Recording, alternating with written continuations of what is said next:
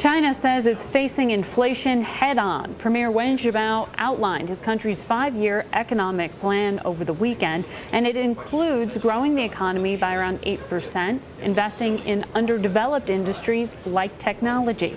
Now, China's benchmark index rallied on the news overnight, and our next guest says, don't believe everything you hear.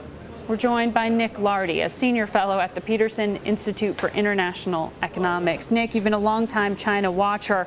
To a fair extent, what we heard over the weekend we already knew. But how successful can China truly be at keeping social stability given the kind of inflation, given the kind of wealth gap that we're seeing?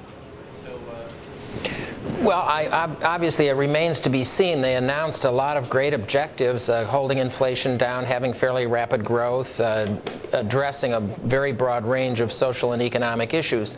But the disappointing thing always in these reports is that they are not very specific on the policies that are going to be adopted to achieve the noble objectives. So we have to wait and see that play out over time, exactly how they'll try to get to where they want to go.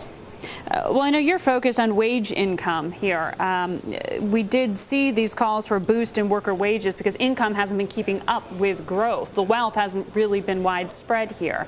What's the mechanism to transport that to the rest of the populace?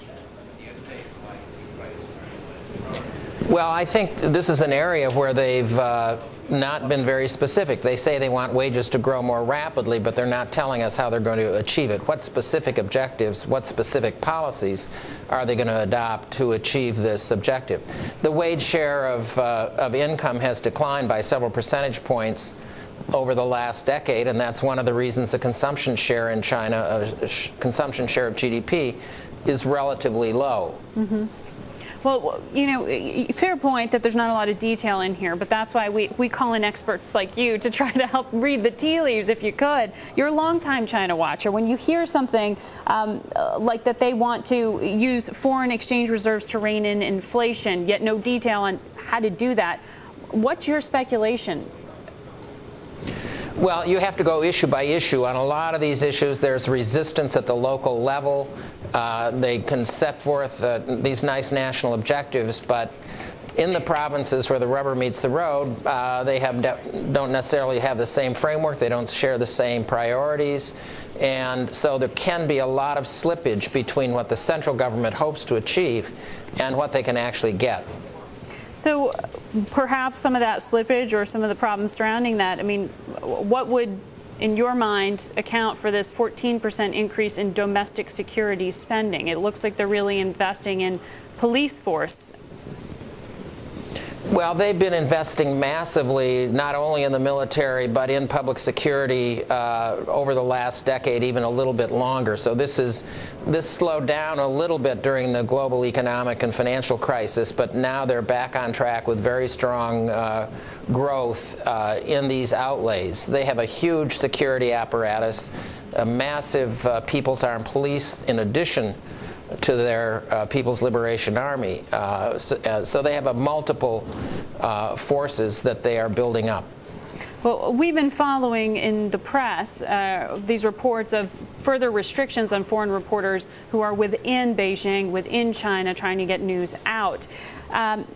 President Hu Jintao is set to retire within the year. I mean, are we going to see more and more visible security because of that? I think it's really a reaction to external events, not the transition of the leadership. I see no reason to anticipate that security should be going up or down or change at all. And by external events, you're talking about North Africa? Yes. So you do worry about contagion there?